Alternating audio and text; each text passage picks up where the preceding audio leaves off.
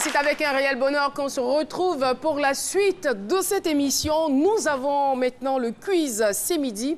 Quel chroniqueur anime la rubrique C'est Midi Club? Réponse A, Jessica Bamba. Réponse B, Jean-Michel Aunin.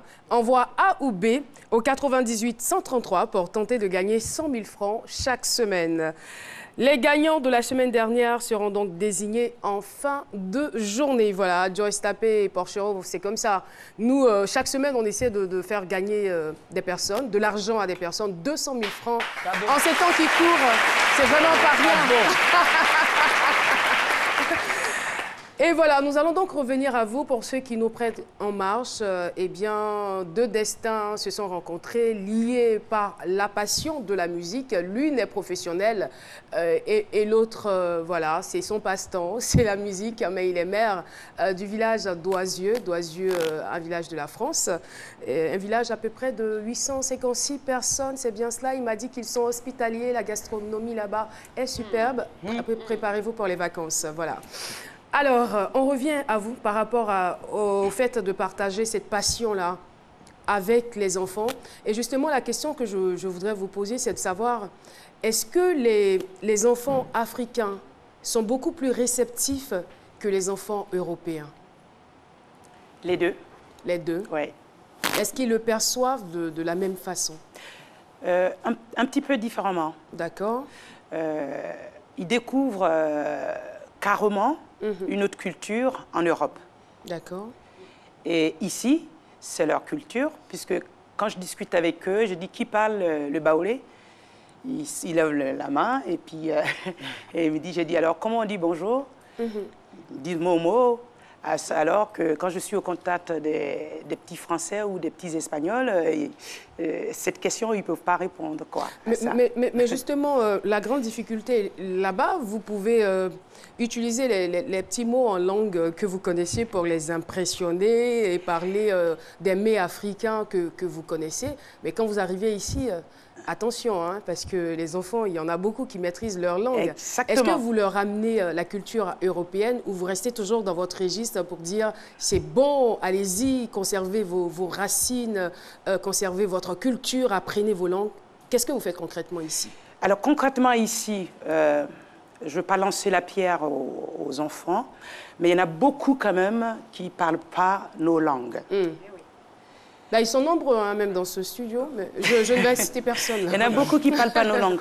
Et le message est aussi, par exemple, qui ne connaissent pas le cacaoyer, parce que c'est des Abidjanais ou encore ils sont dans les grandes villes.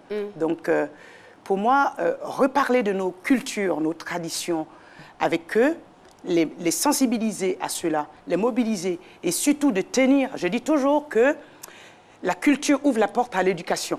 C'est pour ça que je suis dans les établissements. Je suis pas... Alors, il y a un journaliste qui me demandait si j'étais un prof ou quoi. Non, je suis juste artiste.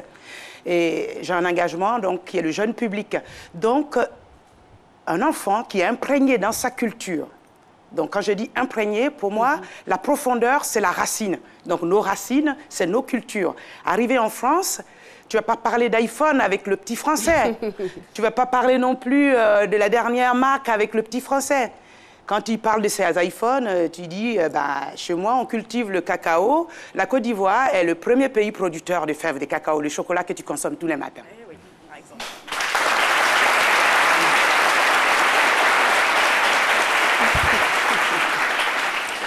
Et là, ils font, ah, donc c'est de là-bas, ça vient, ouais. Donc ici, je les encourage à cela, à s'intéresser, à partir au village, à discuter avec les grands-parents. C'est pas compliqué pour apprendre nos langues, tout et tout. Et de manger nos mets traditionnels. Et puis de continuer aussi à apprendre beaucoup de choses, toujours sur nos cultures, quoi.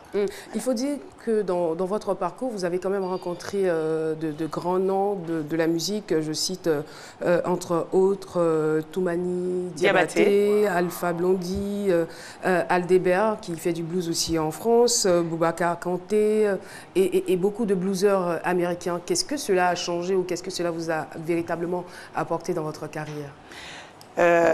Ce que ça m'apporte, c'est de rester toujours dans le registre de l'échange et d'apporter à l'autre C'est ce qui le sépare, par exemple, du blues africain. Ou même encore de fusionner ou encore de collaborer. Avec Boubacar Traoré, c'était une collaboration sur Niman. Et là, en Côte d'Ivoire, ce n'est pas que de parler de nos cultures dans les écoles, mais c'est aussi tendre la main à nos jeunes gens, parce qu'il y a des super musiciens en Côte d'Ivoire. Donc aujourd'hui, là, je vais être accompagnée par des jeunes musiciens ivoiriens qu'on appelle les Jexies. Et la rencontre avec eux, c'est formidable, mais vraiment des super musiciens qui font du jazz. Donc le blues, le jazz, c'est le même registre. Donc le prochain album que je fais, on est en studio, là, en train de l'enregistrer, je l'enregistre avec eux. C'est aussi une façon à moi de dire, ouais, je viens parler de la culture, mais aussi je peux être marraine des talents ivoiriens. Alors là, vous êtes en train de nous mettre l'eau à la bouche. On n'a pas d'autre choix que de vous inviter à nous jouer un petit Assamsé. Yeah. Super. C'est parti. Joyce, tapez maintenant pour vous.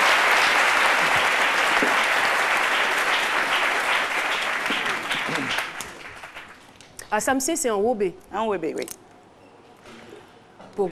Pour dire... On réclame toujours. On est toujours à la recherche du blé, des villas, de ceci, cela. Et la main qui va t'emmener à l'égarement, à la xénophobie, au racisme, coupe-le. Coupe-le, d'accord, d'accord, ça marche. Le message est bien passé en tout cas. Merci beaucoup, Joyce.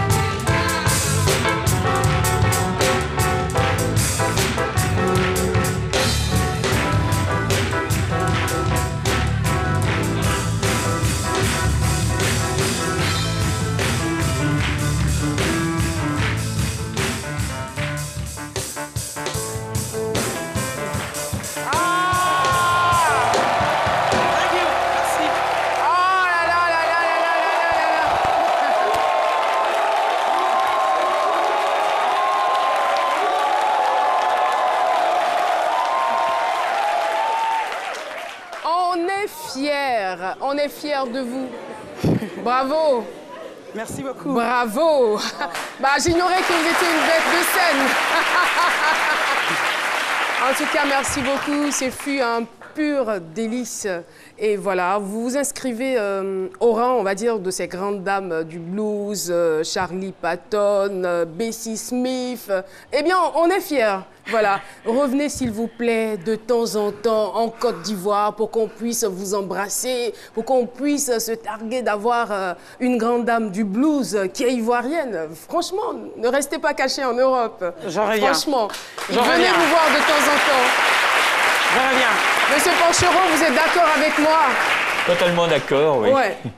Oui, oui, je pense que c'est important pour elle qu'elle revienne souvent en Côte d'Ivoire, ne serait-ce que pour continuer de transmettre cette culture, de toute façon, mais aussi pour sa carrière. Je pense que ça sera important. Important. En tout cas, merci beaucoup pour vos témoignages. On a été très heureux de vous écouter. Alors, tout de suite, nous allons retrouver le sage, Cassie.